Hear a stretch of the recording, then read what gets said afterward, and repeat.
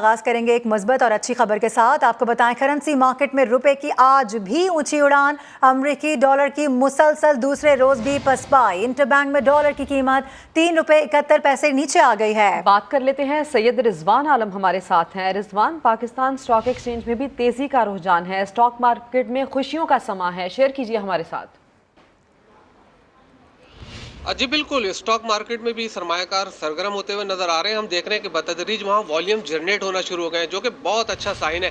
اس کی وجہ یہی بنی ہے کہ ڈالر جو کل ہم نے دیکھا کہ ڈالر جو نیچے آیا، پورے پاکستان میں اس کی ڈالر کو لے کر جو ہے ہر شخص پریشان تھا، چاہے وہ بزنس ٹائکون ہو چاہے عام آدمی ہو، کہ اس ڈالر کے بنے گا یہ کہاں جا کے رکے گا. لیکن اب جب کل ڈالر ایک دم سے انٹر بینک مارکیٹ میں گرا ہے تو اس کی کئی جہاں وجوہات تھیں، وہیں اس میں حکومت کے جو مشکل معاشی فیصلے لے رہے تھے وہ لے لیا اور اس کا پین جو برداشت کیا، تو اب اس کا ثمر بھی ہم دیکھ رہے ہیں کہ مل رہا ہے. آج بھی انٹر بینک مارکیٹ میں ڈالر گر رہا ہے، 5 روپے اور 80 پیسے اس کی قدر گر چکی ہے. 222 روپے کی سطح پہ انٹر بینک میں جو ہے وہ ٹریڈ کر رہا ہے. آج اس کے 5 روپے آج بھی سستا ہوا ہے، کل ہوا تھا 10 روپے، 15 روپے 2 دن میں ڈالر گر چکا ہے. اسٹاک مارکیٹ اس وقت بھی 500 سے زائد پوائنٹ پلس ہے. ہمارے ساتھ موجود ہیں عارف حبیب، ہم ان سے جانیں گے کہ یہ کتنی خوشکن خبر ہے اور اس کے ثمرات آگے جا کے کیا آئیں گے پاکستانی معیشت کے لیے. جی عارف بھائی. آئی تھنک یہ بڑی خوشکن خبر ہے اور بہت ہی پاکستان کے لیے جو ہے خوش آئند ہے، کیونکہ ڈالر کی قدر جو ہے پچھلے کچھ دنوں میں بہت تیزی سے بڑھ گئی تھی اور بہت یہ فکر ہو رہی تھی کہ پاکستان میں جو ہے انفلیشن اور زیادہ بڑھ جائے گی اور لوگوں کے لیے زیادہ مشکلات بڑھ جائیں گی. تو آئی تھنک جولائی میں جو الحمدللہ ہماری امپورٹ میں جو کمی ہوئی اور اس امپورٹ میں کمی کی جو انہوں نے بیسس یہ کی ہے کہ امپورٹ جو ہے وہ ہماری ایکسپورٹ اور ریمیٹنسز سے زیادہ نہیں ہونی چاہیے، اس کے اندر ہونی چاہیے، اور اس کے اثرات جو ہے وہ ہم نے دیکھیں. ہماری یہ اندازہ ہے کہ جولائی کا جو ہے وہ کرنٹ اکاؤنٹ ڈیفیسٹ $1 ملین ہوگا. لیکن اگر یہی پالیسی جاری رکھے، آپ یہ دیکھیں نا، ہم $1 بلین کے لیے جو ہے وہ غیر ممالک سے جو ہے اتنی خوش آمدید کرتے ہیں، جبکہ ہم ایک مہینے میں جو ہے $1.5 بلین کرنٹ اکاؤنٹ ڈیفیسٹ میں پھونک دیتے ہیں. اور بھئی آپ سب سے پہلے اسی کو ٹھیک کریں جو اب یہ ٹھیک ہوا ہے جس طرح، تو ہم یہ اتنی سارے لوگوں کی خوش آمدید کرنے سے ہم جو ہے وہ بچ جائیں گے. پھر یہ کہ آہستہ آہستہ جب آپ کو اسپیس ملے تو پھر آپ امپورٹ کو جو ہے وہ بڑھائیں. تو آئی تھنک مجھے سارا معاملہ صحیح مینجمنٹ کا لگتا ہے.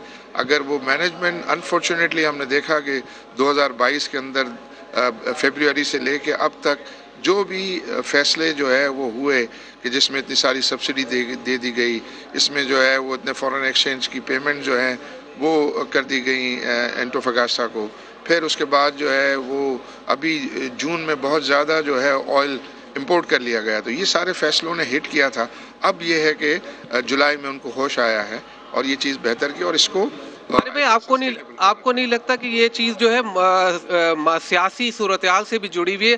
میثاق معیشت ہونا چاہیے سیاستدانوں کے درمیان. آئی تھنک دیکھیں، یہ سیاست تو چلتی رہے گی. بہت زیادہ سیاست کو جو ہے، میڈیا کو بھی تھوڑا سا جو ہے وہ ٹون ڈاؤن کرنا چاہیے سیاست کو. اس میں زیادہ جو ہے وہ معاشی فیصلوں پر توجہ دینی چاہیے.